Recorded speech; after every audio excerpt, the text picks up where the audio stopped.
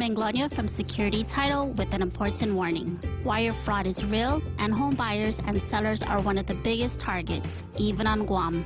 When sending money by wire transfer, be sure to confirm the wire instructions by phone, not email. In this case, it's good to be suspicious and know who you're dealing with. Let the professionals at Security Title work with you to minimize loss due to wire fraud. We are here to help. Are you fed up with those long bank lines? You wish you had a bank who gave you faster service? Well, by enrolling in Bank Pacific's new mobile app, you don't even need to wait in line.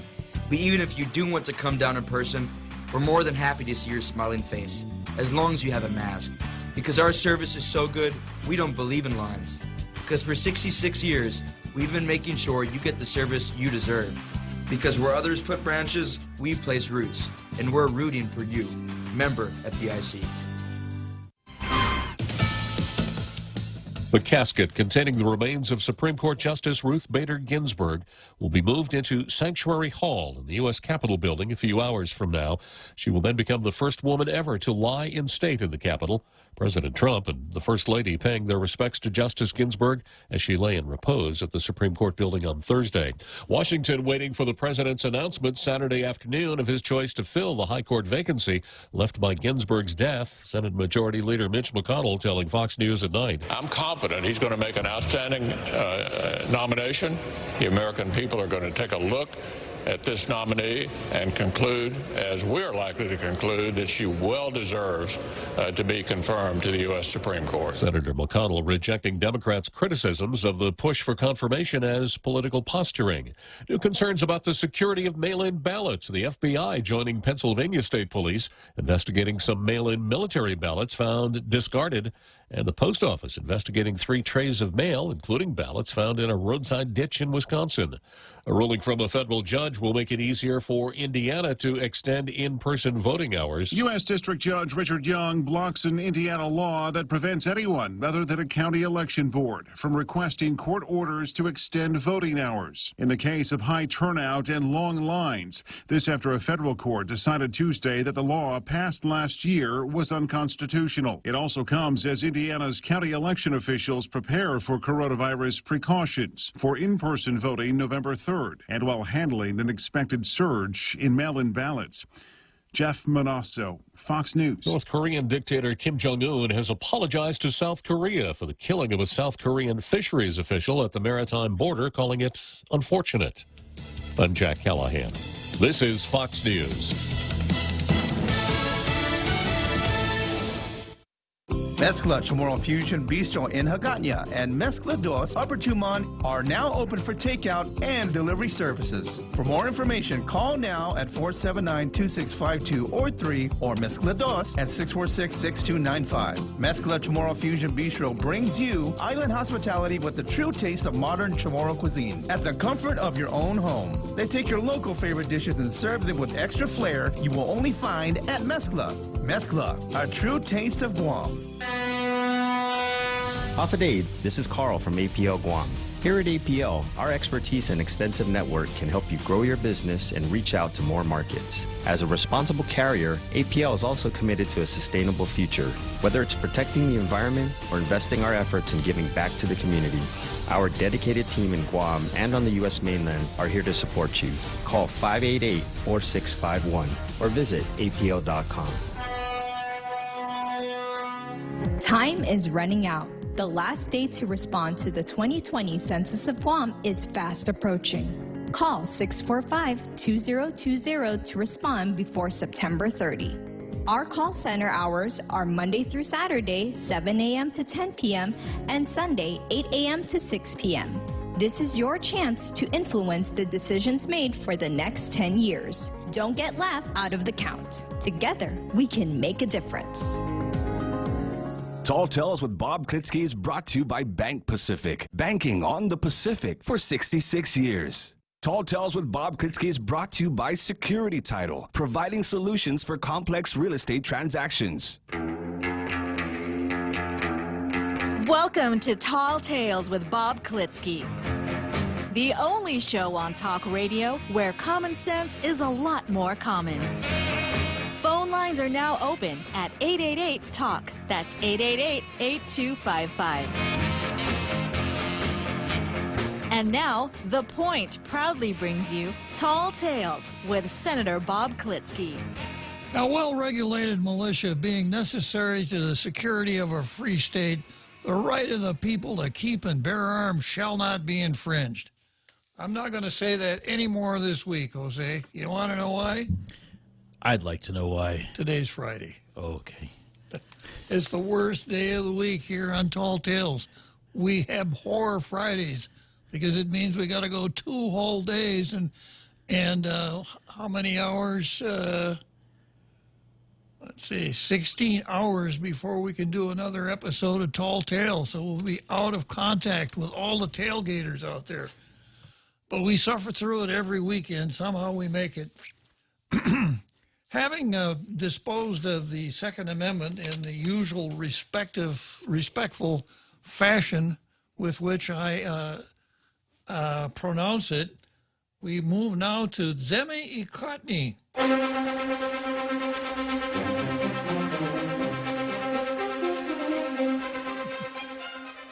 And, of course, the Daily News is running something from the USA Today editorial board, which apparently, in the eyes of the Daily News editorial board, is far superior to any editorial generated locally that would have anything to do with local issues, because they haven't done that for months. Today, they really rang the bell. Here's the title: Earth's Future at Stake in 2020 Election. Now, what they want to do is they want to follow that up by ranting and raving about global warming and how we've all got to stop eating. We got to start eating white bread instead of toast. And if you're not driving a hybrid, you're some kind of a cretin, and on and on and on. That's what they want. That's what they talk about in the editorial. However, I'll go them one better. The Earth's future is at stake in the 2020 election. You don't need to say anything about global warming or climate change or any of that malarkey. Just look who the candidates are. And if the wrong candidate wins, I hate to sound so apocryphal, but the Earth's future is at stake. If the far left and its puppet Joe Biden win, we got a big problem. We gotta keep our fingers crossed, do everything that we can to try to make sure that Donald Trump wins, to hold them back, hold those barbarians at the gate back. So I'm starting off right away here without even the opportunity to go to the rest of the Zemi Ikotny part of the program, but it's okay. I've got a caller on the line, Lee Meadows. That's an interesting name. That means that these would be the meadows that are sheltered. They're on the sheltered side, where the wind can't get at them, I guess. Is that correct, Lee? Good morning, Bob. Yes, it is. And in fact, my middle name is Hastings, which has to do with meadows as well. Okay. So, yeah, I'm a Meadows. All right. I had a question for you, Bob. Sir. I understand what liberal and conservative means when it comes to social issues and government. But what is a liberal constitutional judge or a conservative constitutional judge? I mean, law is law. What is the difference between a liberal and a constitution or a conservative approach? I'll hang up and listen for your answer. Okay, Lee. Back in the shelter, right? All right. Yes. Okay. Yeah, okay. Well, here's the answer, Lee. A conservative judge would read the Constitution and give it such meaning as it had at the time that the founders wrote it back in 1787. At the time it was ratified in 1789.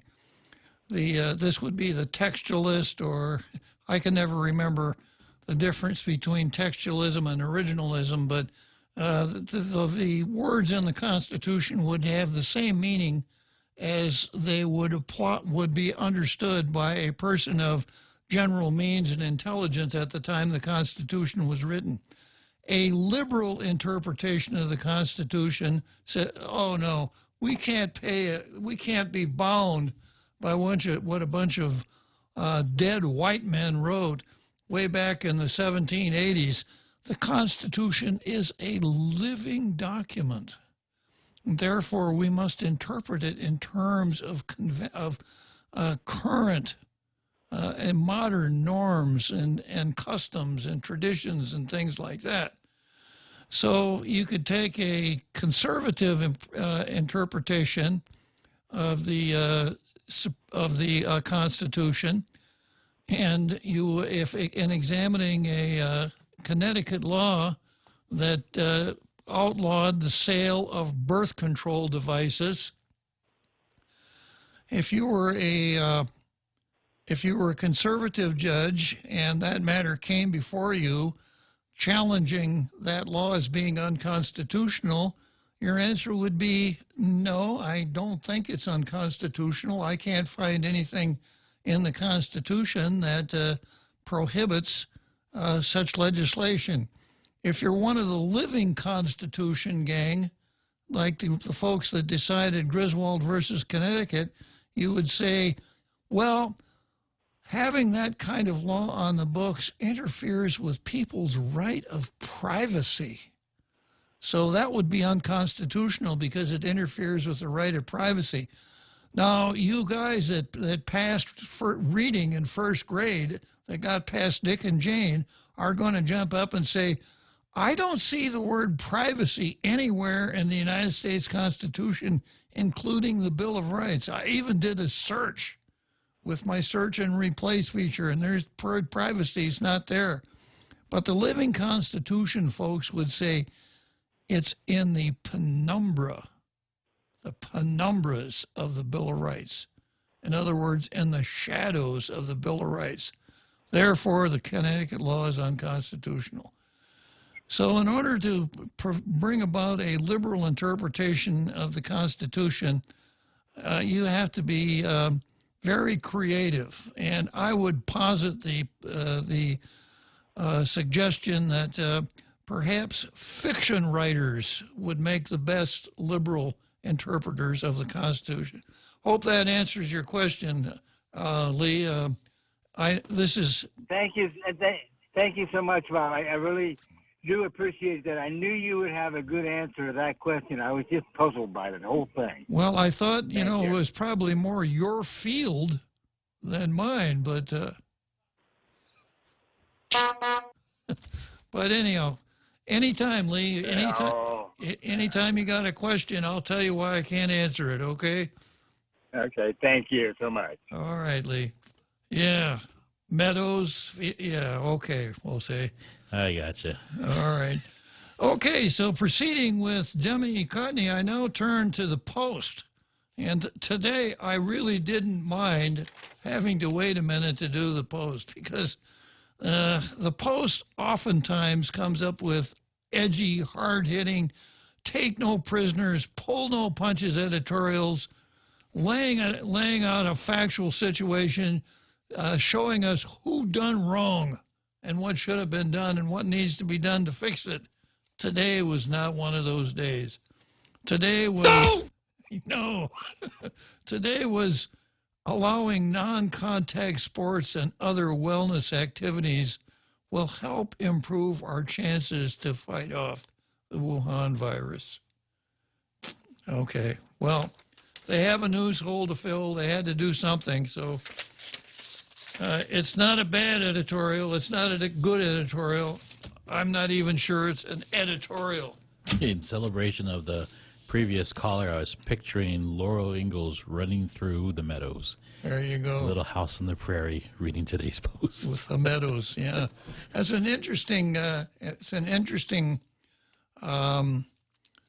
word. I've always envied people who had names that had meanings instead of getting stuck with mine, which doesn't mean anything to anybody in all 400,000 languages on earth. It doesn't mean anything. But, like Meadows meadow transfers into Spanish as Prado, as in Paris Prado, the famous band leader, etc. So it's a cool name. Congratulations, Lee. And then, of course, being on the Lee side of it all really adds to it. Okay, let's go to the card here for today. Tina's up to 32 days. It's been 32 whole days, and Tina has not had to call a legislature into special session and waive public hearing requirements for her bills because she's not detected any threat to the public health or safety. Yeah, hooray for Tina. Okay, so next we go to, I've been talking a lot about, white privilege and race and racial discrimination and political correctness and all of these things here, feeling that, it isn't exactly local, but it is something that's happening in our country. And I am in a situation where I subscribe to the theory, if you got something to say, you really need to come out and say it. And that's why I've been kind of vocal on these things like Black Lives Matter and Antifa and all of these other things. So I've got something today on the card is called Brown versus White. Brown versus White. And this is how it goes. One of my miners found this on Facebook for me. A Facebook miner found it for me. A Chamorro man walks into a cafe one early morning and noticed that he was the only Chamorro man there. As he sat down, he noticed a white man behind him. The white man said, "Colored people are not allowed here." Whoa. The Chamorro man turned and stood up. He then said, "Listen, Chetlu, when I was born, I was brown. When I grew up, I was brown. When I'm sick, I'm brown. When I go out in the sun, I'm brown. When I'm cold, I'm brown. When I die, I'll be," guess what, Jose? Brown. Exactly. But then the Chamorro man went on to say, "But you, Chetlo, when you were born, you're pink. When you grow up, you're white. When you're sick, you're green. When you go out in the sun, you're red. When you're cold, you're blue. When you die, you're purple. And you have the nerve to call me colored. I'm a proud Chamorro." Yeah. Okay, going from there, let me tell you what else is on the card today. After that little bit of uncharacteristic levity, I've got GVB versus Gura. I've got Shelton versus the United States, Democrats versus Chamorro self-determination, Tall Tales versus the Supreme Court, Crozier versus Mertz, and Justice Ginsburg versus the unborn. I've had this on the calendar all week, and I haven't gotten to it. And I did, at the very beginning of the week, remark about the hagiography that the left is engaging in concerning the demise of Ruth Bader Ginsburg. That's not what you're going to get here. Okay, so GVB versus Gura. GVB suspends merit bonuses, freezes hiring.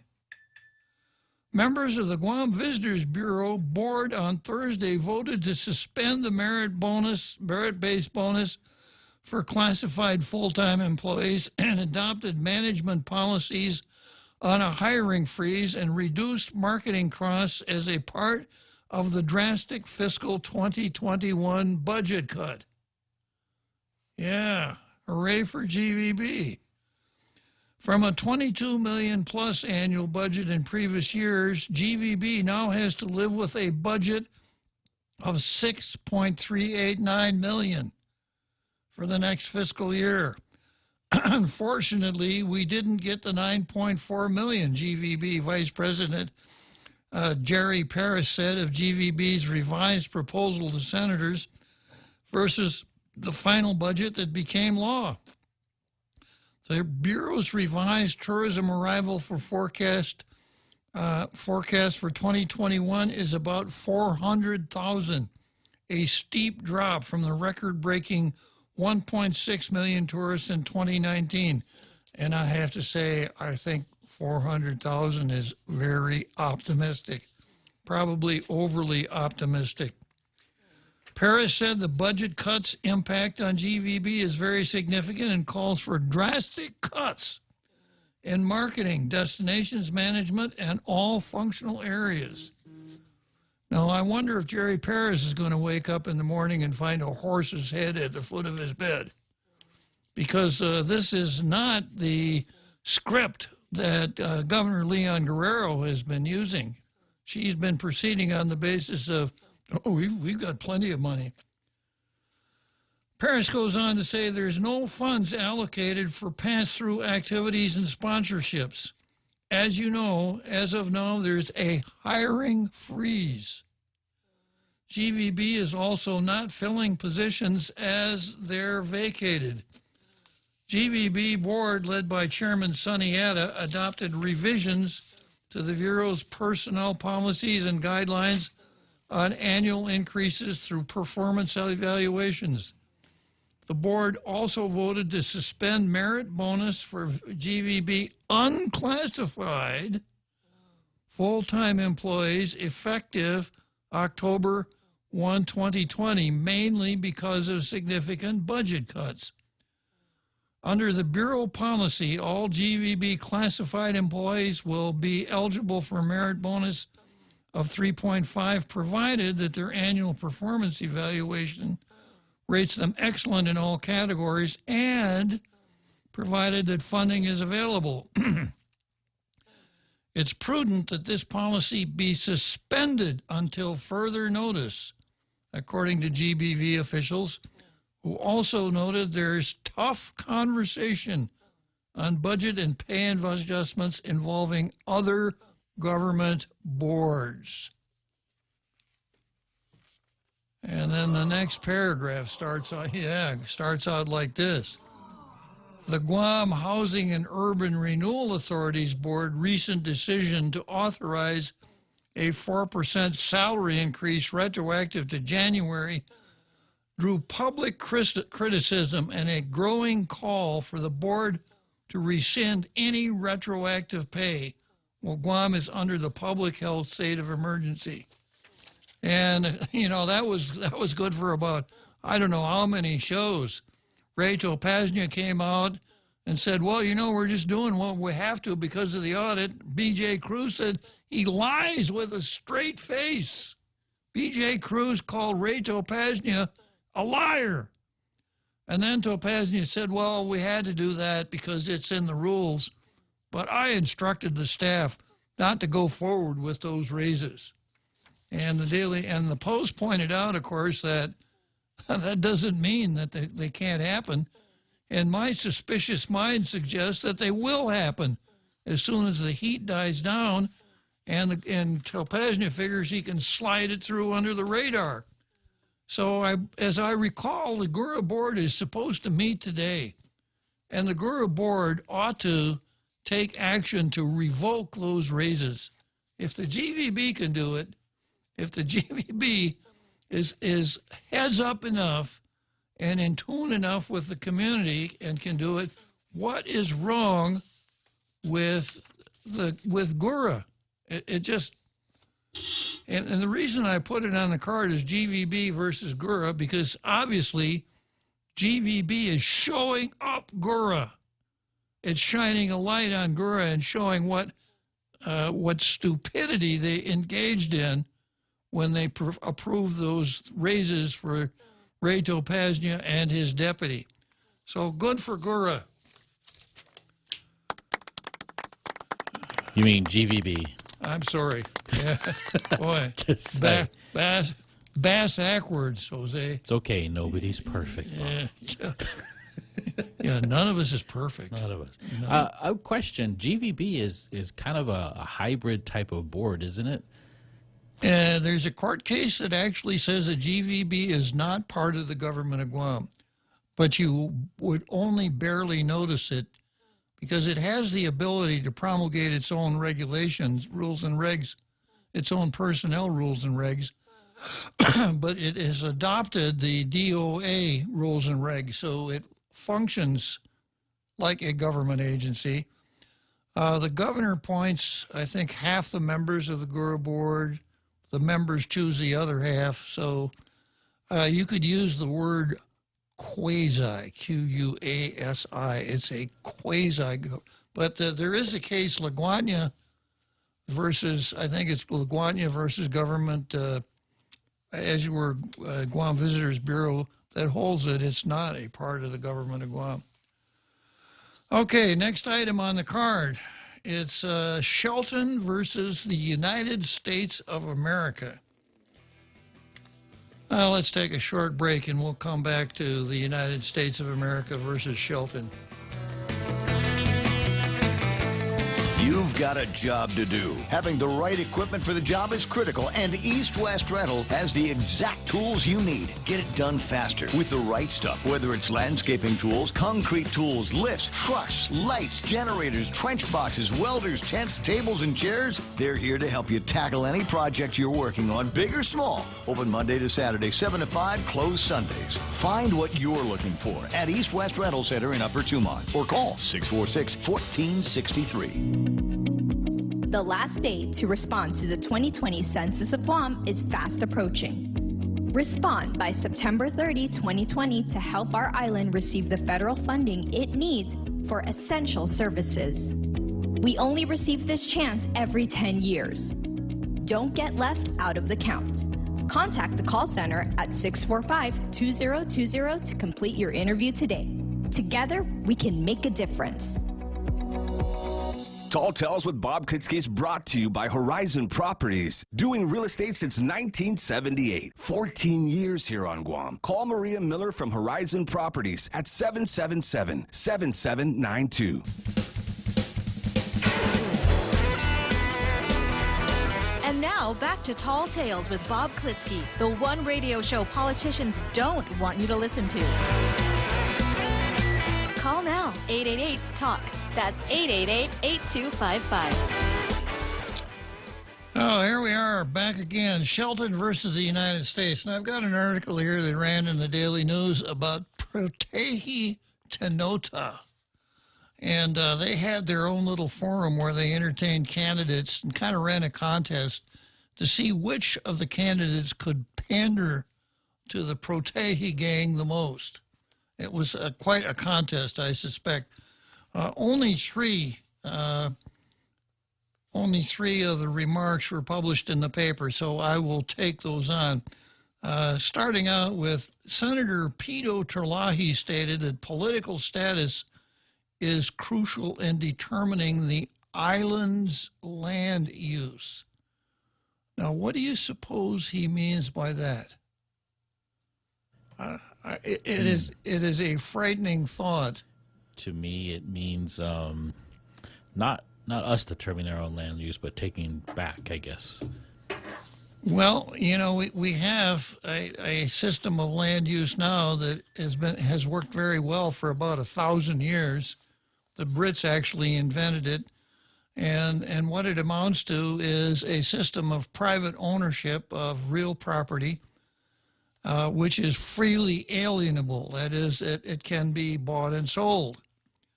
Now, we've made, I think, a gigantic step backwards with the Chamorro Land Trust, where people who have Chamorro Land Trust leases have 99-year leases, so that land is not freely alienable, which means you can't get a decent mortgage on your property. It means that it will have no market value, etc.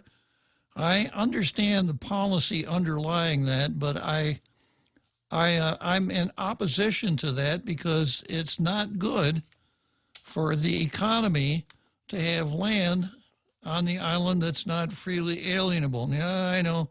Over here, the Chamorro. Well, you know, but it's Chamorro land. It's got to be held by Chamorros. Okay, but I wonder what Pito Terlahi means when he says political status is crucial in determining the island's land use. And then he says, we need to be forceful in our ways to claim what is rightfully ours.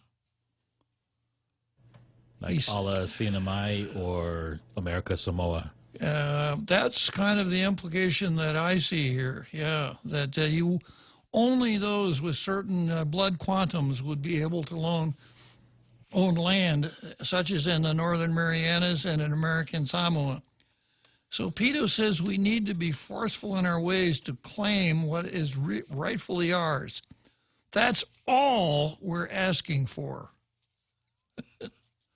To set our own destiny. Speaker Tina Munya Barnes supported the recent filing from Blue Ocean Law with the United Nations. That's great, Tina.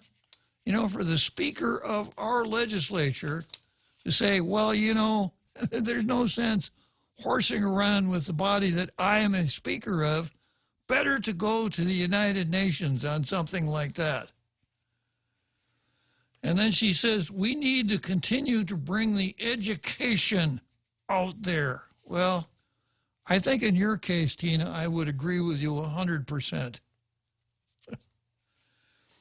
Senator Amanda Shelton expressed support for the island's independence. I want you to mark that on your sample ballot. Senator Amanda Shelton wants to see an independent Guam, a sovereign state, completely divorced from its relationship with the United States. I believe in the Chamorro right to self-determination, Shelton said. I'll support any political status that the people of Guam choose.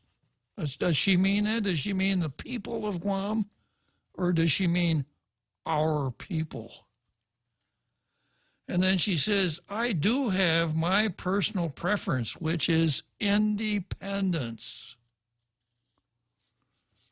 Well, it's good that I'll give you credit for one thing, Amanda Shelton.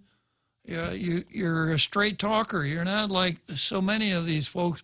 Well, you know, it's just Chamorro and self-determined. We have the right to choose. Well, what is the proper path? Well, it's one that we choose. Well, what's the best one? Well, we have to choose it, you know. And if you looked at their whole card, it's the Jack of Independence. Okay. Next, I've got... right, and along the same lines here, this rump choice that the Guam legislature has presented to the people, deluding the people into thinking that as far as this island is concerned, the island of Guam, a physical reality of about 210 square miles in the Western Pacific at about 13 degrees north latitude. That's the island of Guam. And it has a political identity. It is an unincorporated, organized territory of the United States, which means that the United States claims sovereignty over the island of Guam.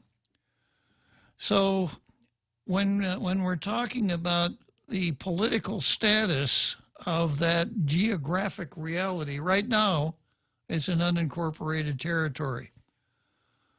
It could remain an unincorporated territory forever. Now, I know this guy over here in the Lazy Boy who has all the answers and knows everything. Oh, no, it's supposed to be temporary. Well, supposed to be temporary is kind of like the right of privacy in the Constitution. Find out where it says and who says it that a territorial status is supposed to be temporary. And then on the other side, you know, temporary is a kind of a temporary thing. Believe it or not, life is temporary.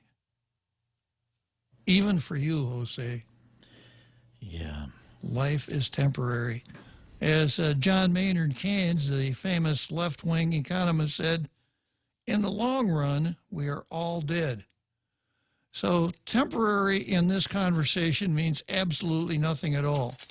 If it were the will of the United States Congress, Guam could remain an unincorporated, organized territory, in Lou Leon Guerrero's words, forever.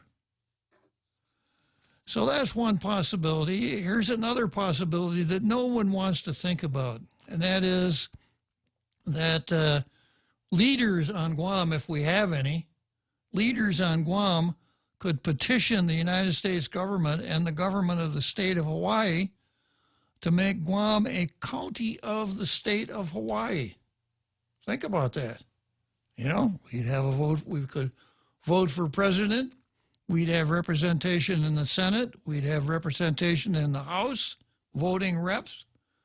The entire United States Constitution would apply to us ex proprio vigere. Now, this idea was trotted out during the first Constitutional Convention, which I think was 1969 or so. It didn't have legs, because folks on Guam are going to say, no, we don't want Hawaii to run our affairs. We want to run our own affairs. Yeah. Here's another alternative. How about petitioning the United States Congress and the Congress of the Federated States of Micronesia admit Guam as the 5th state in the FSM? And you got the full kit. We're all Micronesian. We're all Micronesians, and you could come back here and be a habitual resident all by yourself. That's another possibility.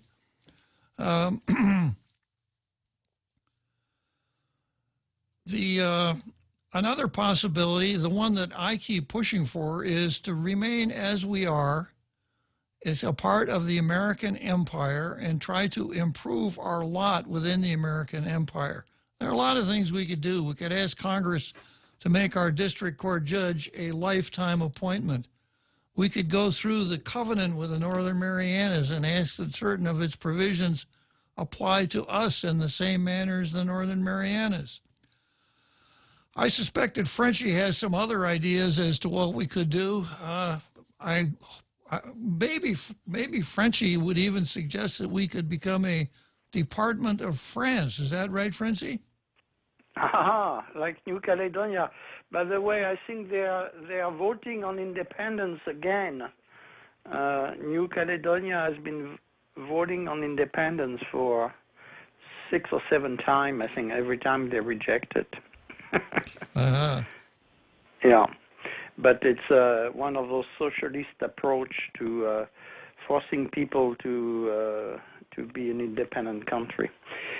Anyhow, I was not calling about that. I was calling to share some personal experience with DPHSS, and they are not the German SS, but sometimes they have the behavior of the German SS.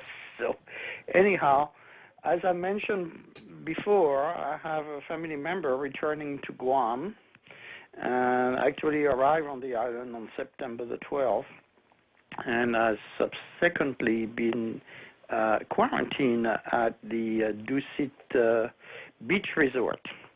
And so normally quarantine should be finished tomorrow evening, which is 14 days.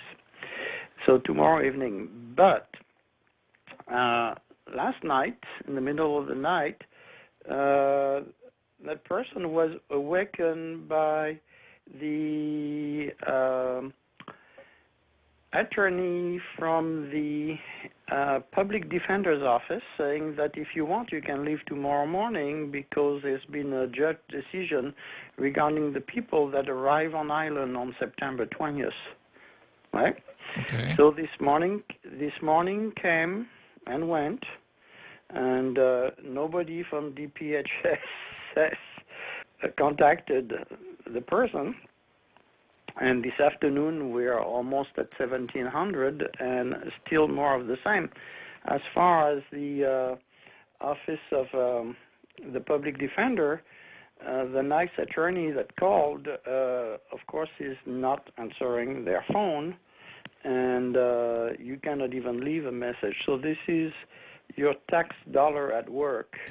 And this experience that we're going through is interesting because it really underlines what people have been going through since the beginning of this crisis in the quarantine area.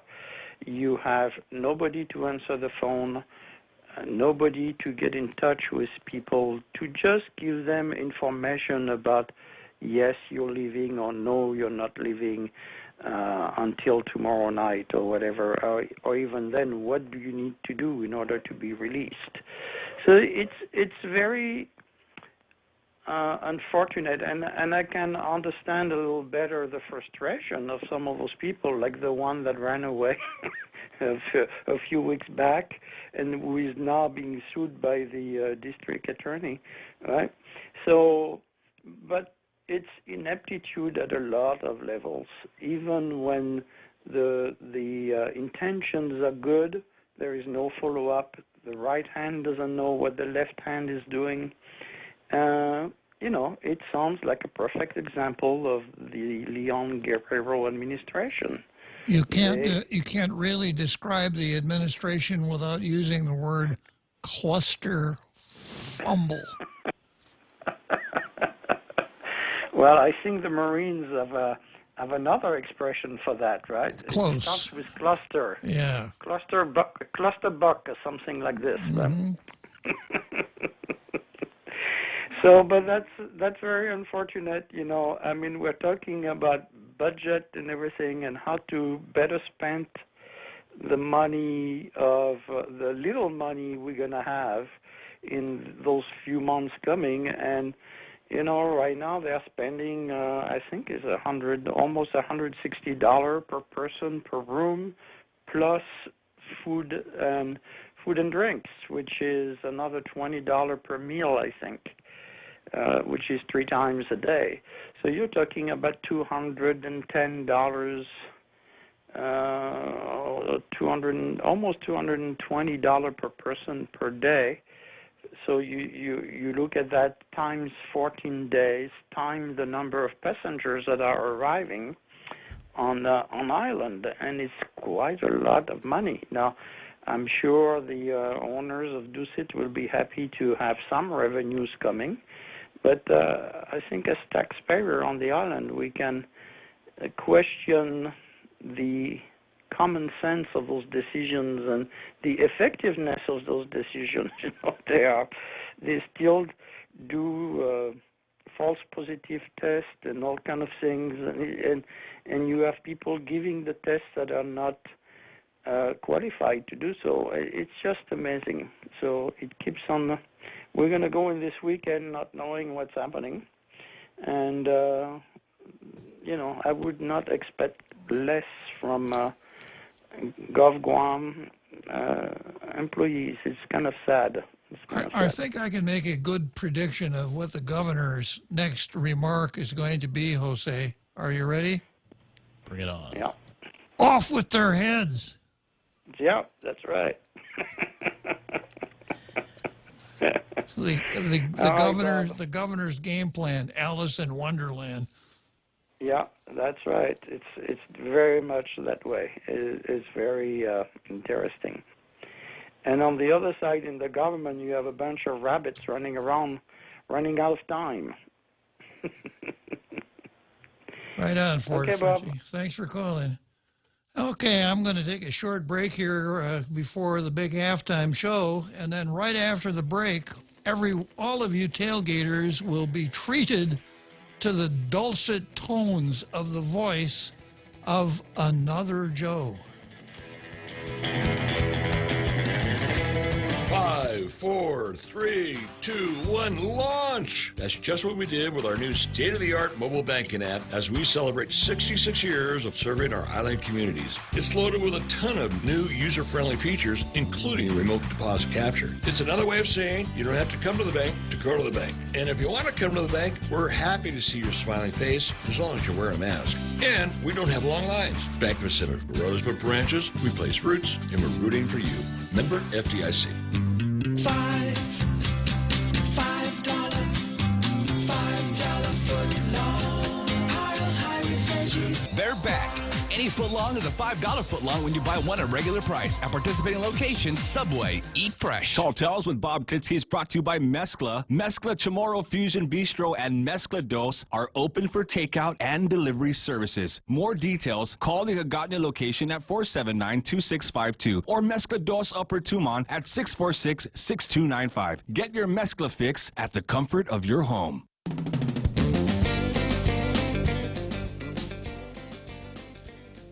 Okay, so here we are back again on Tall Tales. We got about 13 more minutes before that big halftime show that another Joe has been waiting so patiently for. He's got his bowl of popcorn there, and he's ready to watch the parade and the whole show, right? Another Joe? Uncle Bob, I don't know what to say anymore, Uncle Bob. You're bringing up some... I know everybody's being mischievous nowadays with this... political status and preferences. You know, if I had to weigh in, I'd say I prefer being an American. Been an American all my life. This isn't the case with my grandparents and some of some of their younger siblings.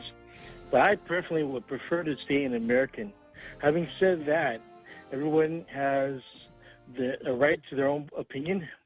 I'm not saying that I would agree with their opinion. I don't know if everyone has the right to their own opinion. I think you're saying, yeah, maybe you mean all people have the right to their opinions, right? Another Joe? Maybe that's a better way of saying it. Yeah, but you know, that coupled with that is somebody else's duty to listen to them. So I would go along with you insofar as I have ruled in the past that people can call Tall Tales and disagree with some of the positions that I take here in Tall Tales because, you know, everybody has a right to be wrong if he really has his heart set on it. But go on another, Joe. I can't do up. So the thing is,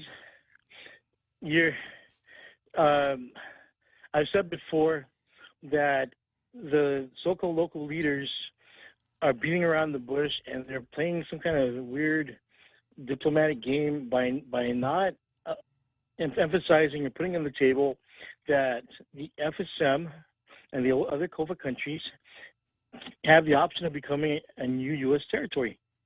And in doing so, they have their own representation in the U.S. Congress, and they can better communicate what they need in their jurisdiction instead of But another Joe, those other islands never had that opportunity. They never had that option, and they don't have it now. Well, they have these negotiations for the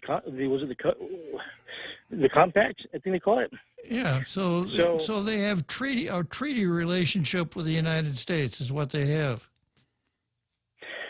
So I would think that if people on this island and the other U.S. jurisdictions that are affected by the populations who are basically fleeing their country, and I've seen videos saying that they need their people back because they're depopulating and they don't have people.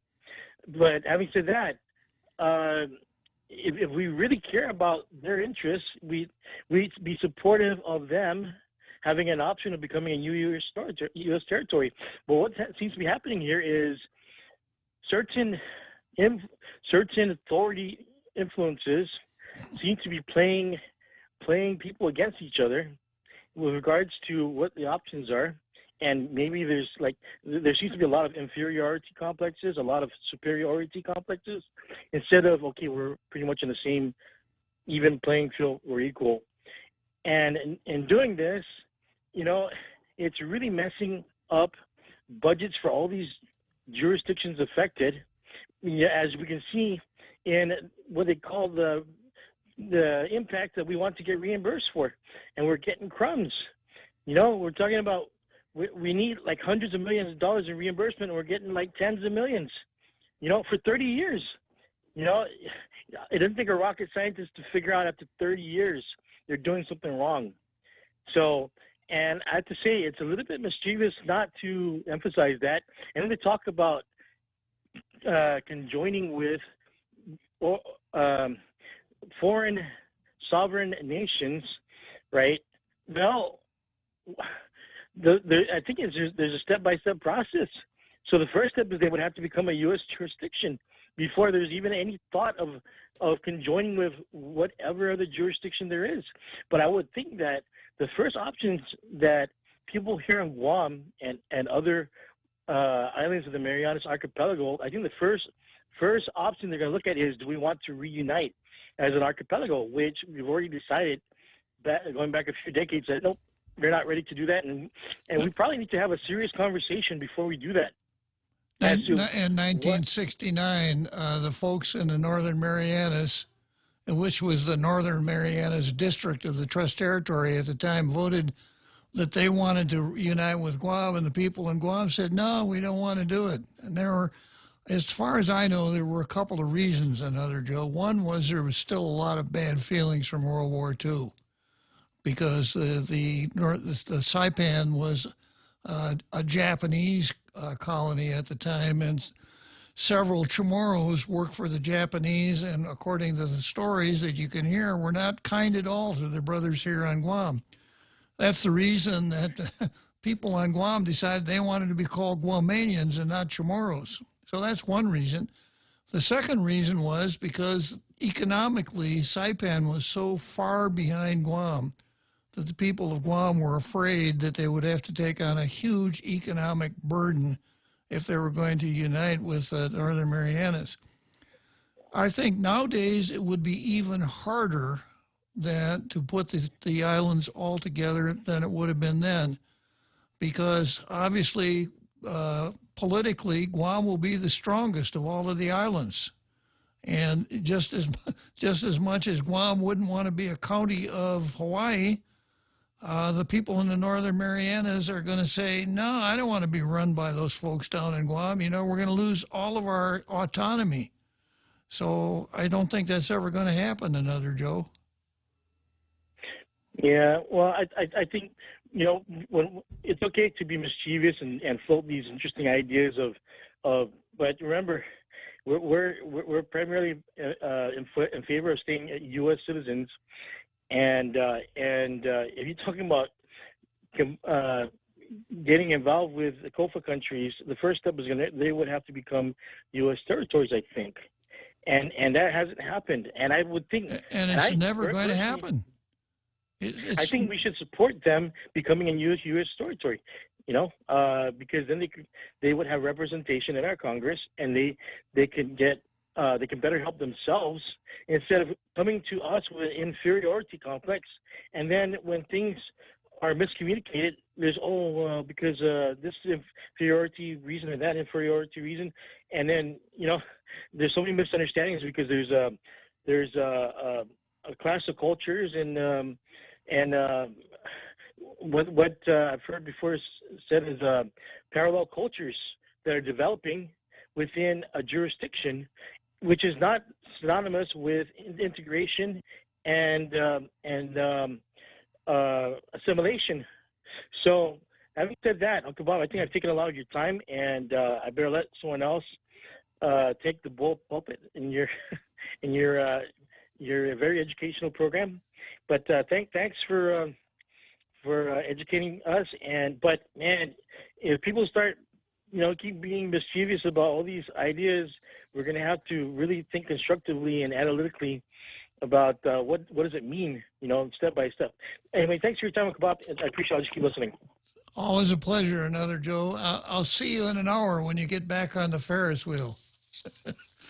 Okay, another Joe. So my recollection is at the time that the United States entered into negotiations with what had been the trust territory of the Pacific Islands, the United States' position was that all of the islands had to remain together and form a single entity at the end of the trusteeship. And it took a lot of negotiation to get to the point where the trust territory split into 3 independent countries in the Northern Marianas, which became a territory of the United States. As I recall, and I'm not going to go to the bank on this, but the United States never held out the possibility of those islands becoming United States territories. And in fact, even the Northern Marianas, there was some resistance in the beginning for the Northern Marianas becoming a United States territory. Of course, those questions turned primarily on the basis of geopolitical considerations. At the time that the trust territory was dissolved, we were still fighting the Cold War with the Soviet Union and Red China. We're not doing that anymore. Now we're just fighting with China. Okay, I've got just a couple minutes before the big halftime show here. And next item on the card is Democrats versus Chamorro self-determination. So I guess I've got a few minutes here to start on this. And I'm not going to be able to finish it. It's going to go over into the second half of Tall Tales. But this comes from an article that appeared in the Town Hall website. And the question is, what happens if, as seems much more likely now than it did a year or 6 months ago, Democrats overturn the Republican majority in the Senate? So right now there are 54 Republicans in the Senate, and as everybody knows, a lot of nose counting is going on because of the confirmation of the Supreme Court justice that President Trump will appoint on Saturday in the mainland. So let's take a break here. We'll come back after the big halftime show with Democrats versus Chamorro self-determination.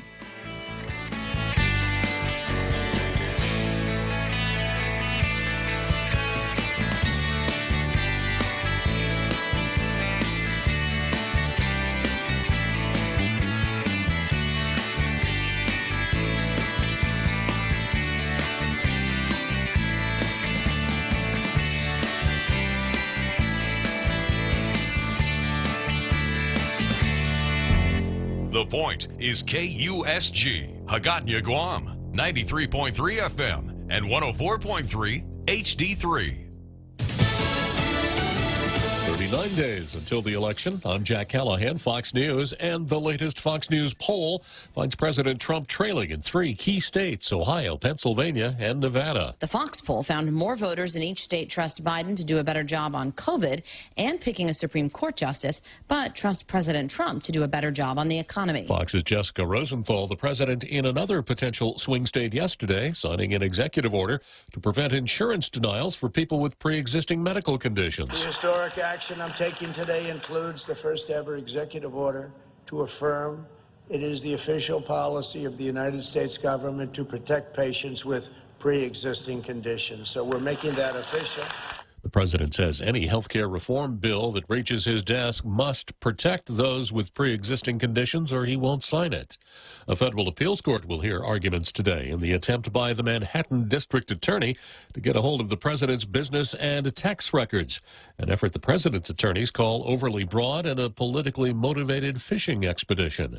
The California State Auditor's Office says University of California Regent Richard Bloom was involved in admissions scandals where UC wrongly admitted admitted dozens of wealthy, mostly white students as favors to well-connected people. Bloom is the husband of California Senator Dianne Feinstein.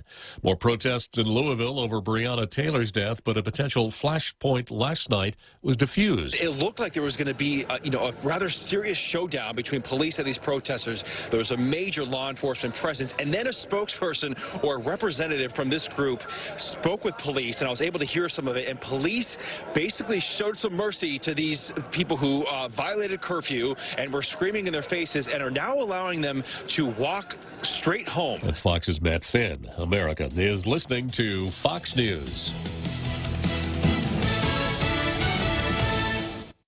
Half a day. This is Claire Manglona from Security Title with an important warning. Wire fraud is real, and home buyers and sellers are one of the biggest targets, even on Guam. When sending money by wire transfer, be sure to confirm the wire instructions by phone, not email. In this case, it's good to be suspicious and know who you're dealing with. Let the professionals at Security Title work with you to minimize loss due to wire fraud. We are here to help. Are you fed up with those long bank lines? Do you wish you had a bank who gave you faster service? Well, by enrolling in Bank Pacific's new mobile app, you don't even need to wait in line. But even if you do want to come down in person, we're more than happy to see your smiling face, as long as you have a mask. Because our service is so good, we don't believe in lines. Because for 66 years, we've been making sure you get the service you deserve. Because where others put branches, we place roots. And we're rooting for you. Member FDIC. The teenager accused of shooting protesters in Kenosha, Wisconsin, in self-defense, his attorneys say, facing an extradition hearing today. 17-year-old high school student Kyle Rittenhouse is expected in court in Lake County, Illinois, where he's being held on first-degree murder since he turned himself in last month, the day after he allegedly shot and killed 2 protesters and injured another during an explosion of violence in Kenosha following the police shooting of Jacob Blake. Rittenhouse says he was serving as a medic and part of a group protecting businesses from looters and arsonists. Various cell phone videos also show the shootings, with some calling Rittenhouse a vigilante who's guilty of murder. Others call him a hero whose actions that night were self-defense. Jeff Manasso, Fox News. Florida's highest court has sided with the state school district to limit its liability from a mass school shooting. A ruling by the Florida Supreme Court will limit the amount the Broward County School District might have to pay from lawsuits brought in one of the nation's deadliest school shootings. The state's high court declaring the 2018 shooting that killed 17 a single incident, which limits court awards to $300,000. The victims and families argued each pull of the gunman's trigger was a separate incident, which could have increased potential awards. The ruling means each victim or family member might get less than $9,000 apiece. Rich Dennison, Fox News. For the 7th and final time this year, the federal government has executed a convicted killer. Christopher Villalba said, "I'm ready, Father," just before a lethal injection ended his life at a federal prison in Terre Haute, Indiana. He'd been convicted of killing an Iowa pastor and his wife in Texas more than 20 years ago. Wall Street Thursday, the Dow gained 52, NASDAQ up 39. The S&P 500 added nearly 10 points. Asian stock markets closing Friday mixed. Dow futures are trading higher. I'm Jack Callahan. This is Fox News. Hofity, this is Kayla from APL Guam. Here at APL, our expertise and extensive network can help you grow your business and reach out to more markets. As a responsible carrier, APL is also committed to a sustainable future, whether it's protecting the environment or investing our efforts in giving back to the community. Our dedicated team in Guam and the U.S. mainland are here to support you. Call 588-4651 or visit apl.com. Time is running out. The last day to respond to the 2020 Census of Guam is fast approaching. Call 645-2020 to respond before September 30. Our call center hours are Monday through Saturday, 7 a.m. to 10 p.m. and Sunday, 8 a.m. to 6 p.m. This is your chance to influence the decisions made for the next 10 years. Don't get left out of the count. Together, we can make a difference.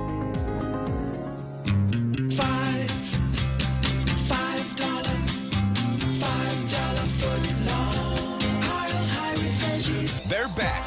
Any footlong is a $5 footlong when you buy one at regular price. At participating locations, Subway, eat fresh. Tall Tales with Bob Klitzkie is brought to you by Bank Pacific. Banking on the Pacific for 66 years.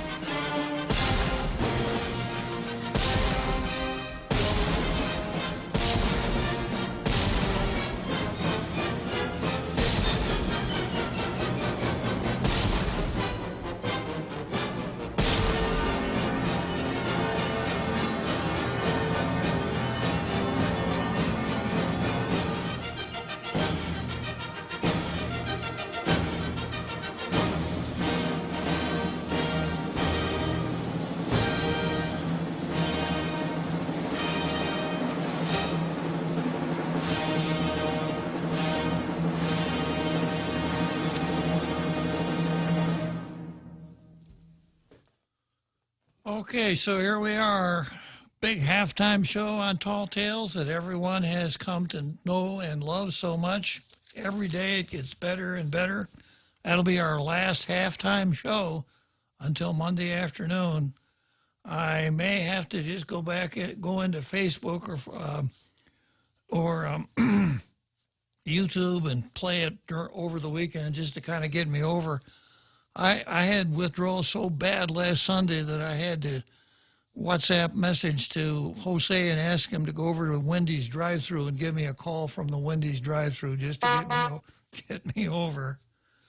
Okay, so I started out here. Statehood for territories may boomerang on Democrats. What happens if, seems much more likely now than it did a year or 6 months ago, Democrats overturn the Republican majority in the Senate? No clear answer yet, but NBC News reports Democratic senators have set up a, quote, war room to enable them to abolish the filibuster and quickly pass a Biden-Harris agenda. I'm going to have to correct this. I think what they mean is a Harris-Biden agenda. I hear you. Other Democrats have urged that a Democratic Congress admit new states to the Union, with each with 2 senators, up to a dozen, to have a view to blocking a Republican majority forever. So it's not just enough to play the game according to the rules, playing hard and hoping that you play better than the other side and then winning your share. That's not good enough. You got to change the game of the rules of the game so that you can never lose. Democrat Senate Minority Leader Charles Schumer, also known as Chucky, has a political incentive to back such extreme moves. Representative Alexandria Ocasio-Cortez, better known as AOC, could challenge him in 2022, and the 2018 and 2020 results show an increasingly radical primary electorate in New York. A Democratic sweep this fall might well produce statehood for the District of Columbia and Puerto Rico. Statehood for the District of Columbia has got to be one of the worst ideas that any Democrat ever had, and they're good at having dumb ideas. If anyone were on the fence up until now to see the way the District of Columbia has behaved with respect to the United States government, which is the reason for its existence, that ought to settle it for you once and for all. Statehood for Puerto Rico? Well, okay, if that's what the folks in Puerto Rico want. But, of course, it really tips the scale towards the Democrats because it would bring 4 more Democrat members into the House and 2 more Democrat senators. And, of course, 6 more Democrat electoral votes for president. But anyhow, a Democrat sweep this fall might well produce statehood for the District of Columbia and Puerto Rico, and possibly for the U.S. Virgin Islands, American Samoa, Guam, and the Northern Mariana Islands. Are you listening, Amanda Shelton? How would you like that? If Guam became a state, then it couldn't be independent, unless we wanted to go back to 1861 and test out the theory that a state has the ability to quit.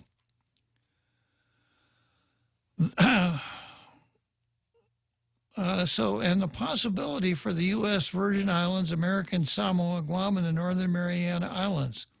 That would be out of line with the American tradition of admitting new states only when they reach a critical mass of population and present a local consensus for statehood.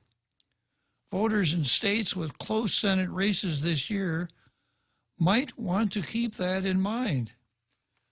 D.C. statehood would also be contrary to the Constitution's provision requiring a national capital subject to Congress.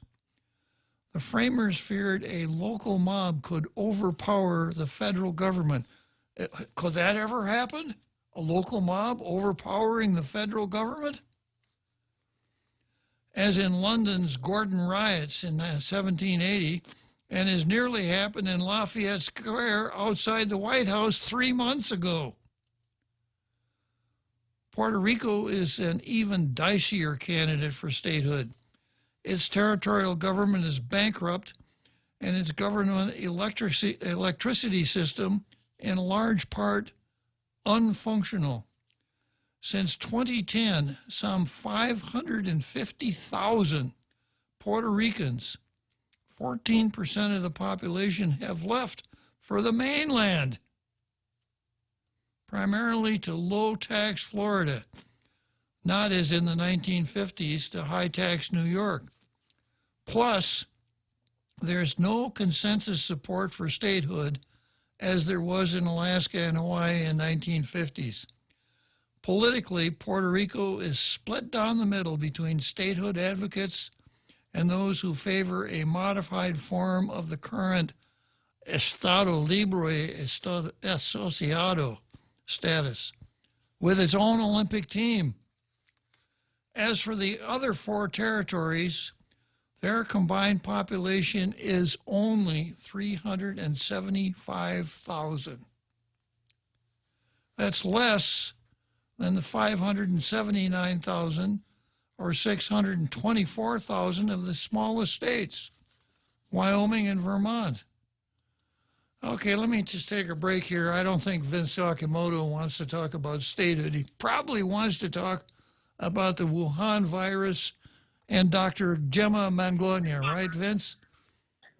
No, actually, we're past that. I think we're focusing now on the new normal. The governor has relaxed restrictions this weekend as we go into, I guess, this maybe 7th or 8th week of this PCOR 1 status. So the question I guess I wanted to bring to your most educated audience and to your most educated mind really is the issue of, as we try to open up our community and eventually our economy, how can we do better so that the hospital doesn't get overwhelmed? I mean,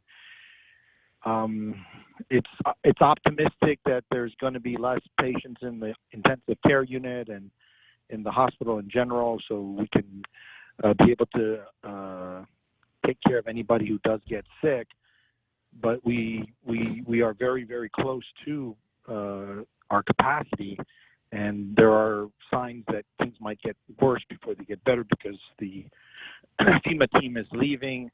The new nurses that are coming are just getting oriented, and hopefully they'll do well. But according to the hospital administrator, she admits that about 20 GMH nurses, local nurses, have resigned or just indicated that they're not willing to work with COVID patients. So that it's a difficult situation all the way around. So, you know, the hospital has to get better, and that's a situation that has been ongoing. The question to you, sir, and to the audience would be, how can we do better in terms of limiting the spread of disease so that the hospital doesn't have to see so many sick patients at once? And just to make things more complicated, apparently tonight or tomorrow there's supposed to be some sort of telethon to try to get everybody to sign up for the contact tracing app that Public Health has, I think, spent quite a bit of money on. So they're not really telling us exactly what the budget is, and I'm not really sure how this is supposed to work, so we're going to maybe find out tonight or tomorrow whenever this telethon is. But I suspect not too many people know about it, and even less people are going to pay attention to it.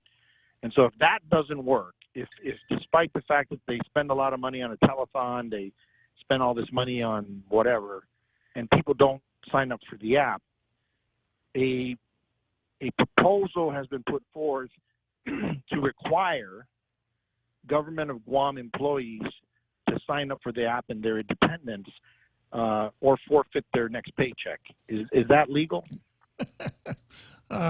Well, is it possible? Yes. Is it legal? No. Do I think Or is it legal to put people in jail for 14 days when they've committed no crime and have no recourse? I mean, this is the point where we're at, right? I mean, tit for tat. If the government of Guam is the greatest offender, they're the greatest source of infections, and you can check with the JIC, this is true. Even the governor and the lieutenant governor himself has been infected, and so they are the source of the majority of infections. Can we not require as a people that at least our public servants be traceable on this app that they purchased? And I mean, again, you don't have to be so draconian as to tell them that they have to do it, otherwise don't get paid. But can it be a requirement, a prerequisite for being a government of Guam employee that you have to turn on the app so we can trace you because we don't trust you? So the question is, can it be a condition of employment? Okay. Yeah, and you're asking me for my curbstone opinion now. In other words, I'm just standing on the street corner waiting for a bus, and I haven't had a chance to think this over. But this would be my curbstone opinion, Vince. If we're talking about a properly drafted statute that was defensible in terms of there being a rational state purpose behind this requirement, then the answer would be yes. How about just an executive order that they make up on the elevator going up? Writing it on the back of an envelope, right? Like Abraham Lincoln. Abraham Lincoln wrote the Gettysburg Address while writing to Washington on the back of an envelope. That one, or maybe how they did the executive order mandating that people get quarantined in a hotel. Well, you know, the executive order, the governor has the authority to do the quarantine. There's no question about that. She has statutory authority to do it, and it's constitutional, but it has to be done right. And she has not yet figured out how to do it right. And she's apparently using Elise Iriarte as her instructor as to how to do this. It's a classic example of what lawyers call dog law, Vince. You know, sometimes people train a dog. Every time the dog does something wrong, you box him around the ears with a newspaper, right? And after about 25 iterations of that, the dog figures, maybe I shouldn't go over there when it's time for me to do my number. And that seems to be the way that Lou is promulgating her rules and regulations. She keeps letting the judge slap her around the ears with a newspaper until she gets it right. This is very high-level toilet training. Yes. Yes, indeed. So going back to the app, can the governor do the same thing with her employees, both non-essential and essential, the 10,000 plus people that are living on the government dime, and then they probably all have like 2 or 3 dependents, so that's about 30,000 people who we could effectively trace much more effectively starting today, because this whole idea that we're going to try to open up, but we can't, I guess, effectively trace people if they get infected. Apparently, that's what public health is claiming is the reason why they can't do their job. Your question, of course, assumes that every government employee has a cell phone, and that. Well, don't get too complicated. How about we just have anybody who has a phone and works for the government Guam turn it on and prove it. And the sanction for not doing it. You see, that's how the rule becomes effective. That's the rule, and if you don't do it, then what happens? And that's well, we were kind of hoping they would just do it because they're good, public servants, and that's out of the goodness of their heart and loyalty to the governor that they would. But if you're going to put it that way, they just won't get paid. Just like the 30,000 people who lost their jobs because the governor put us into PCOR 1. This is an emergency. This is a public health emergency. We've done a lot of things that were very painful. This doesn't seem too unfair, but maybe it is illegal. That's why I'm calling you. Sure. Well, on the point of not getting paid, I'd have to call in an expert like Rory Respicio, who seems to have figured it out. But, the way discipline works in the government of Guam, if a government employee commits misconduct, such as insubordination, then he must be given a notice of proposed adverse action. And wait. What? We're in a state of emergency. What is all this gibberish? Well, I'm telling you how government employees are disciplined. You unless you want to go with the off with their heads approach, there has to be some sort of procedural due process before you deprive a government. They didn't do that for the people coming off the airplane trying to go to a funeral. I understand what I think you're trying to say, which is no. Yeah. But it does seem like when the people come off the airplane trying to go to a funeral, say, I got to go, they don't get no due process and they're slammed in quarantine jail. This is going to take a long time to fix if we are going to coddle civil servants in this way, which I guess is that in the Constitution, that civil servants are allowed to bring down our civilization because they're so important and everybody else is. I think that's a pending amendment, Vince. It hasn't been ratified by the states yet. So I would say we have an election coming up, so that would be a good time to do it, I suppose. Yeah. So on your basic question, my answer is I can give you a definite maybe, but there are a lot of complexities involved which apparently don't come as easily as the off with your heads approach and just say either you use the app or you don't get your paycheck. That you can't do, Vince. Really? Really. Well, what? But they can send people to quarantine jail for indefinite periods of time, and that's okay. Well, I hate to talk in terms of fruit, but you're talking about apples and papayas there, Vince. Well, I guess that's the thing is we're trying to develop strategies that are going to allow us not to have to use quarantine. But if quarantine is so much easier because it is constitutionally spoken to, then yeah, it does make sense that the governor would have that tool, and it's the easiest one for her to use, and it doesn't require a whole lot of brain power. And public health doesn't have to work as hard because quarantining means, never having to say you're sorry. You can take off on Friday at 4:30 and show up late on Monday. Nobody will care. Yeah. But it does mean that a lot of people are going to go out of business, go into depression, and commit suicide. So I'm not sure that this fight is over, but I hope government of Guam employees who are listening will just turn on the damn app. Apparently Carl Gutierrez thinks it's important. There's a telethon going on sometime this weekend that's going to try to get you to be convinced to do it in a friendly way, but I'm not happy. I think if public health says this app is so important, I'm not sure why we're dancing around making it so. But I agree, and that's why I called you. We need to do this legally so that, well, I'm not sure why, because the virus doesn't care.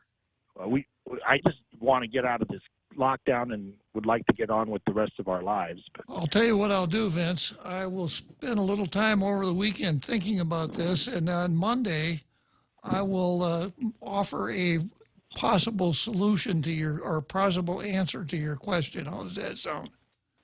Oh, I look forward to that, and that's a great way to promote next Monday's show. I can't wait. Yeah, well, that's the way it is if you're a tailgater, right, Vince? Yes, sir. Thank you very much for your time. Okay, good talking to you, Vince. I have a quick kind of solution. Yeah. How about not treating us like children and talking to us as adults to try to, convince people to do things and set examples, like wear a mask yourself, don't get the virus yourself. And using words like please. Please? Yeah. And then there's my old Aunt Florence, who once upon a time said, Bobby, you're going to catch a lot more flies with honey than you will with vinegar. Very true. And so far, Lou's approach has been heavy on the vinegar and no honey whatsoever. Mm-hmm. Okay, time for the seventh inning stretch, and then we're going to come back to R. James.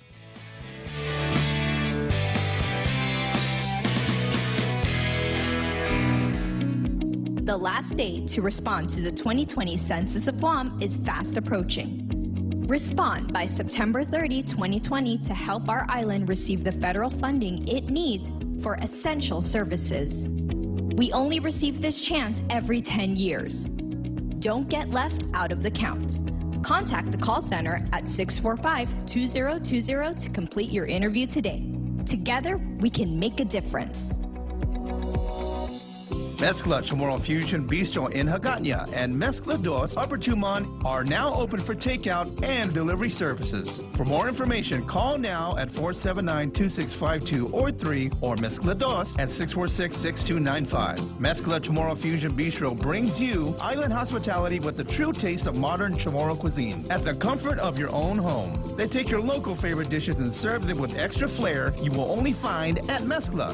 Mezcla, a true taste of Guam. Tall Tales with Bob Klitzkie is brought to you by Horizon Properties. Doing real estate since 1978. 14 years here on Guam. Call Maria Miller from Horizon Properties at 777-7792.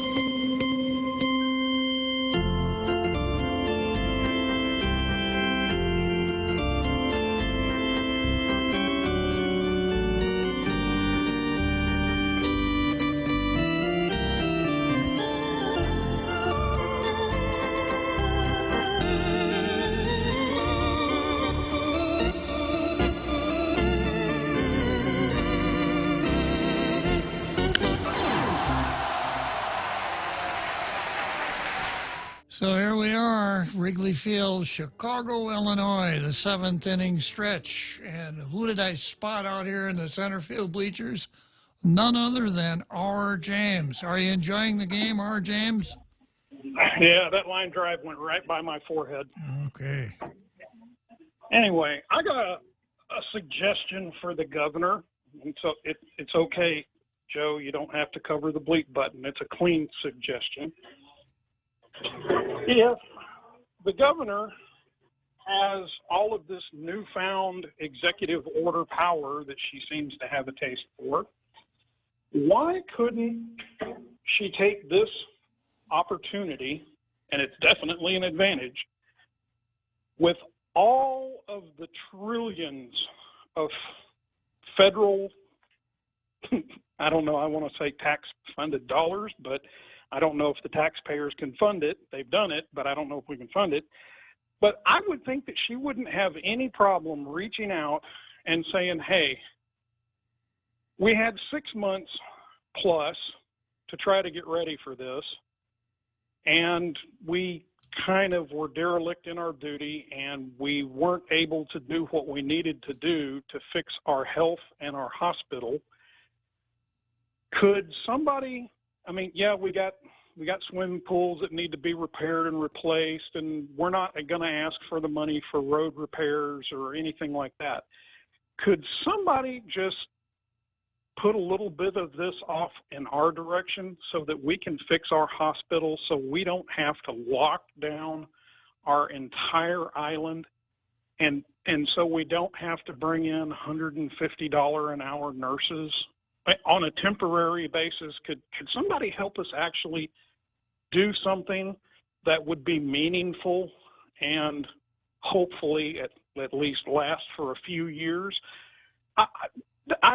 Just a suggestion. I mean, with all of the trillions of federal dollars floating around for the pandemic and pandemic relief and FEMA, and I can't believe that she wouldn't be able to just make an executive order that says, okay, we've got $500 million coming in and it's earmarked for fixing our hospital, and that's all it's going to be used for. We're not paying vendors. We're not going to fix the streets. We're not going to replace swimming pools. No, we're going to fix our hospital.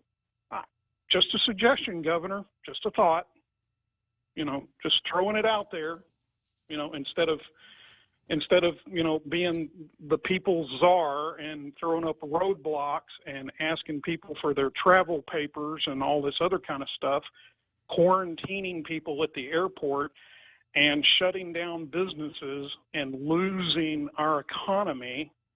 Just a thought. There might be another possible, very, very doable solution. Just a thought. Well, have a good weekend, Bob. If good solutions are going to come from anywhere, they'll come from tailgaters, and you're one of them. So thanks again, R. James. R. James, pretty good idea. I've floated the idea in the past that instead of asking, instead of fighting this compact impact battle all the time, perhaps what we should do is ask the feds to build us a hospital and build us a jail, since that's where the impact of the migration for the habitual resident seems to hit us the hardest. But where are we here? We got about 28 more minutes left in the, until you and I head for purgatory for 2 days, Jose. No tall tales. So I was talking about statehood and the Democrats' ideas of bringing in several new states to sort of pack the Congress. And here's where I left off. The other 4 territories, their combined population is only 375,000, all 4 of the other territories. Less than 579,000 or 624,000 of the smallest states, Wyoming and Vermont. The territories were acquired for reasons now obsolete. The Virgin Islands to protect the Panama Canal, American Samoa as a coaling station in the vast South Pacific, Guam and the Northern Mariana Islands after American victories over Spain in 1898 and Japan in 1945. Today, the Virgin Islands, like its Caribbean neighbors, are a tourist center.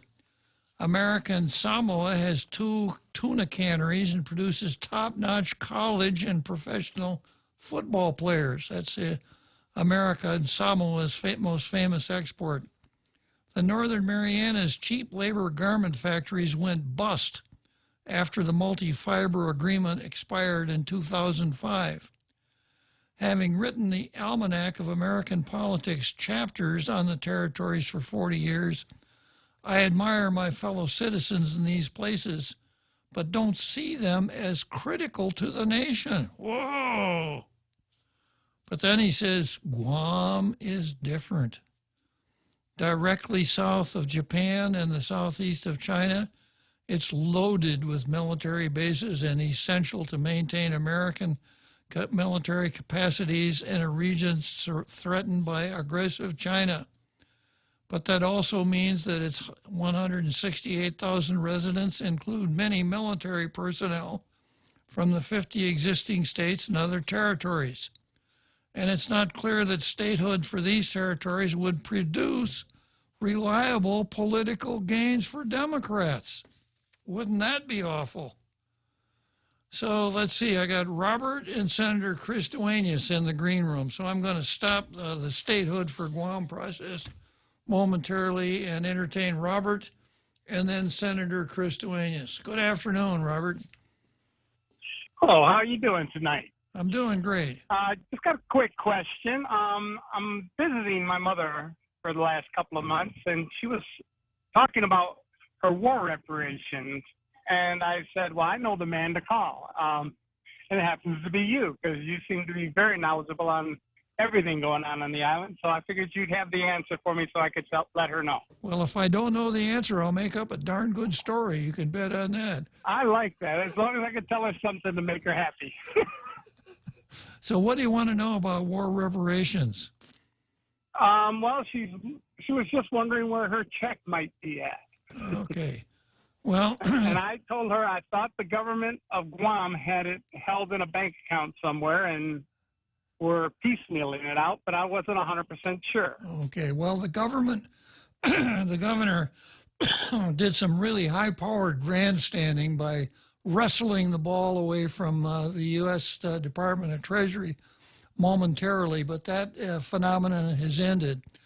So checks, if your mother received a notice that her claim had been granted, it means that her check is lodged somewhere in the Department of Treasury. Was her claim granted, Robert? Yes, it was. Yes, okay. It was.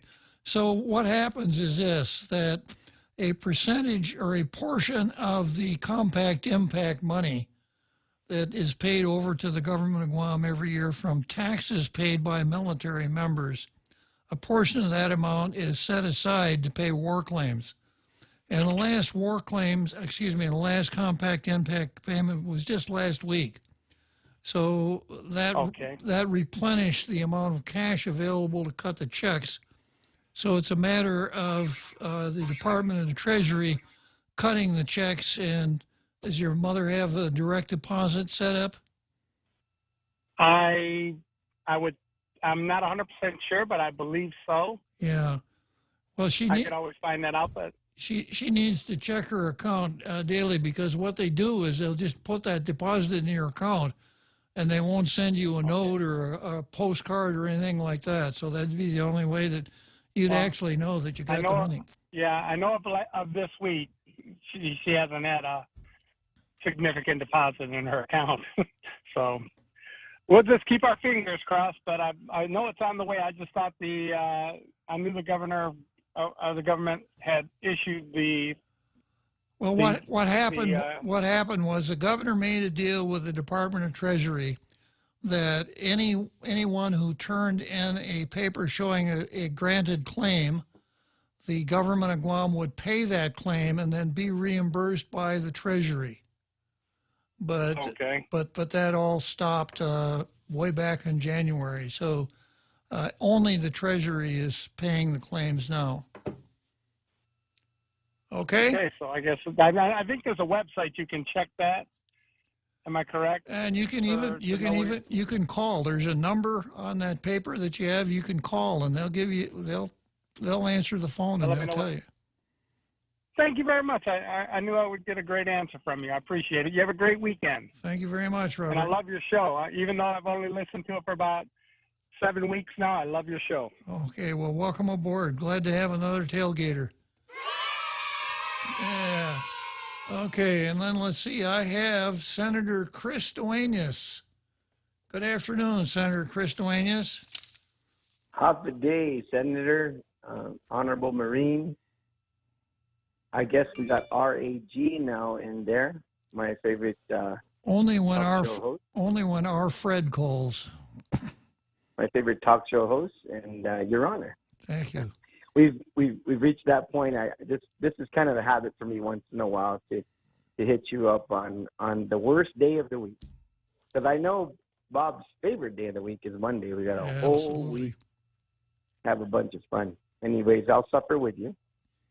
I had a comment on the quarantine jail from a caller yesterday, and then I wanted to expand on your discussion about infrastructure opportunities in lieu of compensation. And so I heard a caller yesterday talk about how it was wonderful to and they had no problems being jailed at that wonderful resort, Izutani. I think a lot of the cases that are going forward to the courthouse are hardship cases, because I've heard some absolute heart-wrenching stories of folks who have traveled from abroad for terrible reasons to come home and lay to rest their loved ones. And so it may not that policy may be fine for those who have a lot of time on their hands and don't mind goofing off in a hotel room, even confined. But I know that's not universally applied, and I feel horrible for those who have been held when they're coming here under such duress.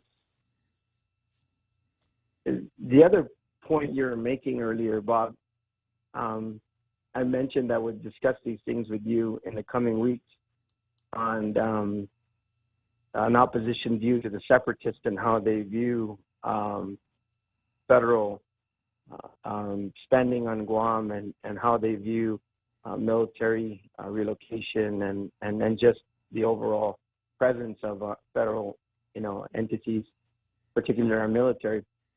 When I was the director of Department of Land Management in the waning days of the Camacho administration, that was still Build-Up 1.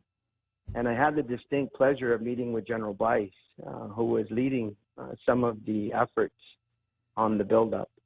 And this is when the beloved Paget, that if you probably go to the entrance today, you'll find a burned out car, washing machines, and other refuse as you go to try to see the caves. This was when Paget was still on the table, and they're summarily chased back to the base where they sit on their own footprint now in Anderson. And General Bice asked me a direct question. He said, Chris, what would really make a difference here in terms of how we present this? Other than just trying to really, help secure Guam and the nation going forward, and what we need to do with this relocation. What is your opinion? And while we may differ on this program, Bob, and it wasn't specific to it, I said, if you were trying to use Paget, and knowing, as you said earlier, that the federal government, one of the things they do not like to do is just write a blank check. I would say major infrastructure improvements, as an exchange for the utilization of that property that you're trying to acquire for the purpose and everything they were trying to do with the range. By the way, Bob, that was actually the best option, but we can go into that sometime down the road. But his eyes just lit up, and he said, "Give me some examples." And I said, "Infrastructure on Chamorro Land Trust properties, and just infrastructure in general, and other things and upgrades that we can do that benefits everybody on Guam, and particularly in that exchange, because that's a government for government, would be a government for government somewhat exchange in terms of the transaction." And there was no question in that room that there was, a really strong agreement led by General Bice and others, saying that's something we could absolutely do. And there was millions of dollars that possibly were put on the table for a program such as that. And what happened, Bob, was for some reason this was an open meeting. It was the committee on land under the Civilian Military Task Force organized by the Camacho administration. And a couple of folks from the groups got a hold of that information, and I was summoned by a few senators to come down and answer questions as to why I was entering into those discussions.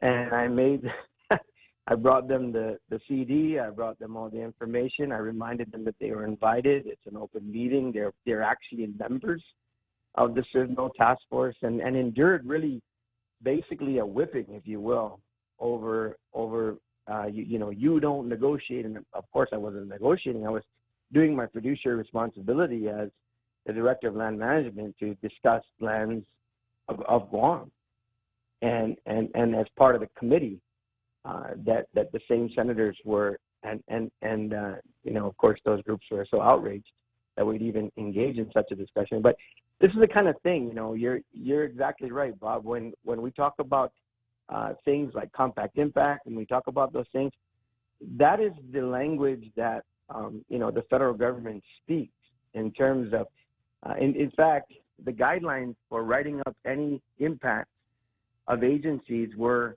those things that will be affected by the buildup, the impact of the buildup, not if you're currently short of employees, if you currently don't have enough cars, If you currently can't make payroll, that has nothing to do with what we're trying to do here, but show us impacts going forward. And that was what we worked on. And like I said, there's volumes and volumes of information that the government has put together under the Camacho administration. Like I said, probably collecting dust, but great information that was provided that were along the lines of what you were talking about, actual impacts and things that we could exchange.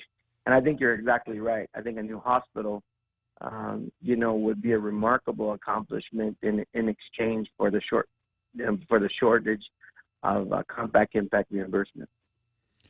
Well, thank you, Chris. I appreciate your concurrence in my idea. I get it right every once in a while, and I'm glad that you recognized it.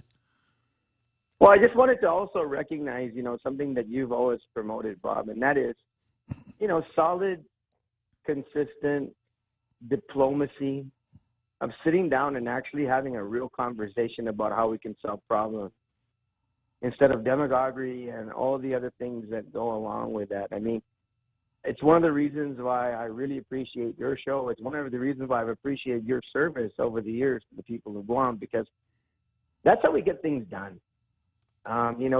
We can yell and we can scream and we can, talk about injustices, and certainly there's plenty to go around of fault, in any history. We're human beings and we're extremely fallible. But the fact of the matter is if you're really trying to arrive at a solution, sitting down and having these kind of solid conversations, and it was such a privilege to be, in a chair where I could, having a seat where I could, at the table where I could have those conversations, and you'd be amazed what you can get done when you're actually trying to solve something. Well, I agree 100%, Chris, and I really appreciate your calling in today and sharing your good ideas with us. So we'll tough it out through the weekend. We'll see you on Monday, okay? Here we go. Take care, my friend, and have a great weekend, and the regards to the wife as well, please. Will do. Okay, we got a break for the home stretch here, and after the home stretch, I've got Jesse in the green room, and Pam Duvall is in the green room.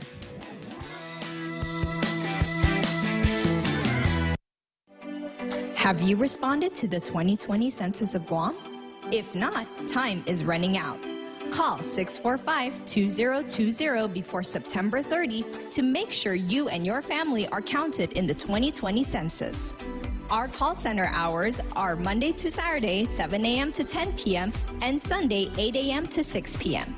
We only get this chance every 10 years. Don't get left out of the count.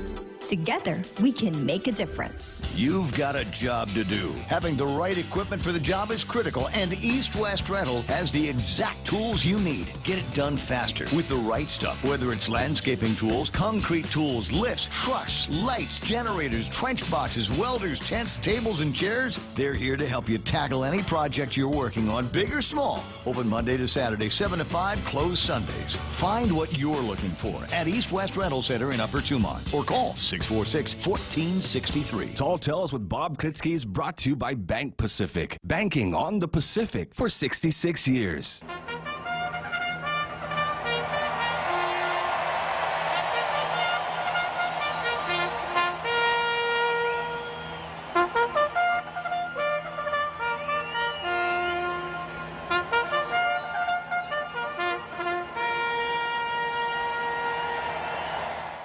Okay, so here we are, home stretch, Churchill Downs, Louisville, Kentucky. So far, the riots haven't gotten too much out of control. You'll recall that we have a kind of a 1-2-3 maneuver. A police officer, a white police officer, shoots a black person, and then after that, then people start fires, riots, vandalism, arson, anarchy, etc., as though this is the appropriate response when something like that happens. No one really cares what the facts were with respect to the shooting, and I've laid it out in shorthand concerning the Breonna Taylor matter, and it just isn't one of those kinds of things. It's not systemic racism.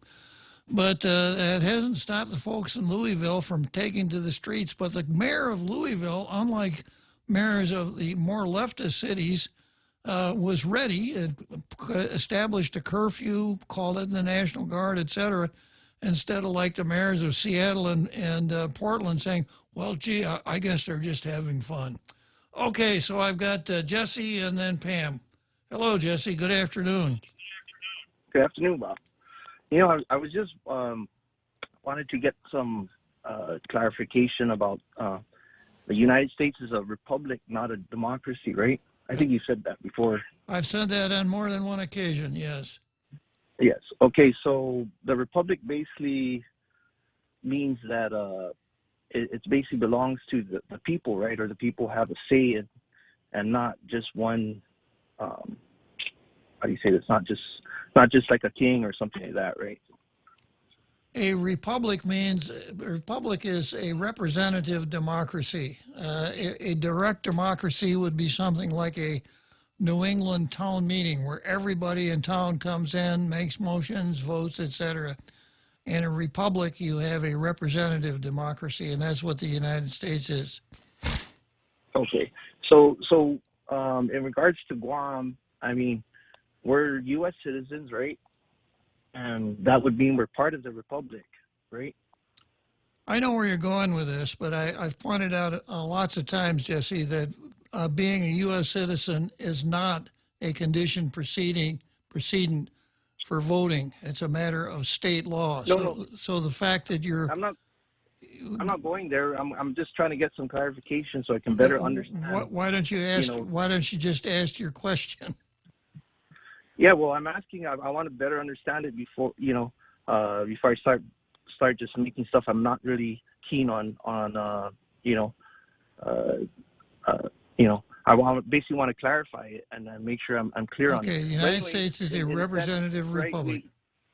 When I was a child, I mean, you recite, I pledge allegiance to the flag of the United States and all that, and to the republic for which it stands, all that stuff, right? I mean, you do it for... Are you the one they called Joe Biden?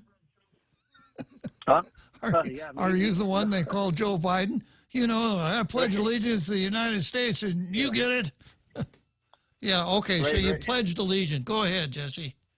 Right, so not just me, but I'm pretty sure a lot of people have on Guam. And I just want to say, I mean, I want to ask, like, what as Americans, if we're all Americans living on in these territories, you know, and isn't it? I mean, shouldn't we seek a greater status than the unincorporated status as Americans? After all this time, after 123 years, shouldn't and if the United States doesn't want, because it wouldn't be favorable to either party, whether it's a Democrat or Republicans, because obviously it's going to give them seats or not. Shouldn't they start asking themselves, is this really what we is this what are we doing here? Are we going to keep these people in perpetual state of being an unincorporated territory and just act as an imperial power over them? Or do we include them and bring them into our union? Well, you know, we've been through this so many times, Jesse. We have two serious problems here. The most serious is there aren't enough of us. There are only 160,000 of us. That's not enough to be a state. So this is the way I want you to look at it, okay, Jesse? There's an island in the Western Pacific, 210 square miles, that at the time it became under the American flag had about, I think, 10,000 people. And the United States wanted it because it wanted a coaling station. It would have been just as valuable to the United States as if it had had no people living on it at all. It was the location that was made it appealable to the United States. Later on, ships stopped burning coal and started burning oil. So Guam really was of no longer much use to the United States except in a geopolitical sense, because in 1914, the Japanese took over the rest of the islands in Micronesia. Yeah, then we got up to World War II, etc. And the thinking somewhere along the lines was probably like this. There aren't enough people on Guam to make it a state. So what can we do? What benefits of being under the American flag can we provide, even though there aren't enough people there to be a state? And the answer was, well, we'll create a territory. That territory will have home rule, local self-government, all elected local officials, and it will have the benefits of living in an American jurisdiction. We can't, it's impossible for that jurisdiction to be a state, but that's kind of the best we can do. That's the way I see it. Right, but then what? I just wanted to know. But then I asked, why then didn't they take the same approach for the FSM and all these other the places that were under the trust, under administration of the United States at the time? It's historical, Jesse.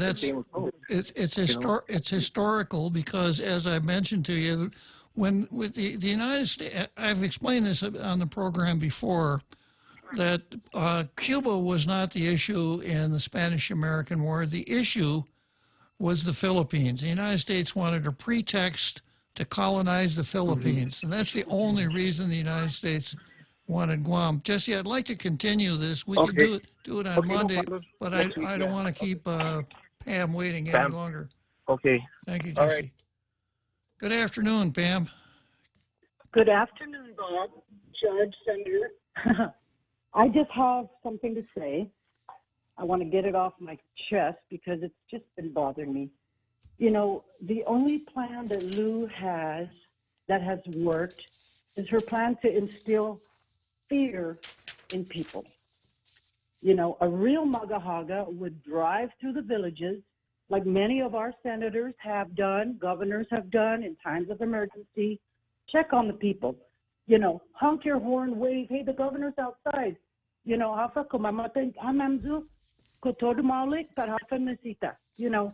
Check on the people. She's untouchable. She won't answer questions.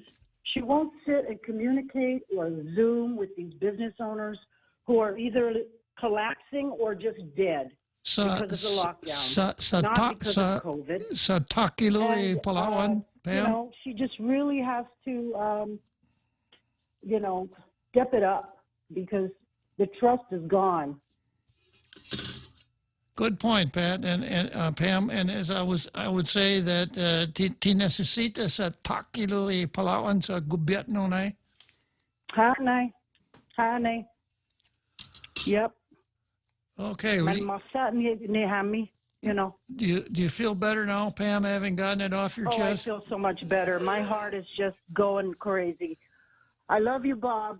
Take care. Okay, Pam. Nice talking to you. All the tailgaters. See you Monday. Okay, so long.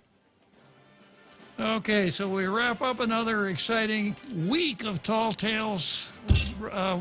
Jose and I go into hibernation, but we'll be back 1600 on Monday afternoon.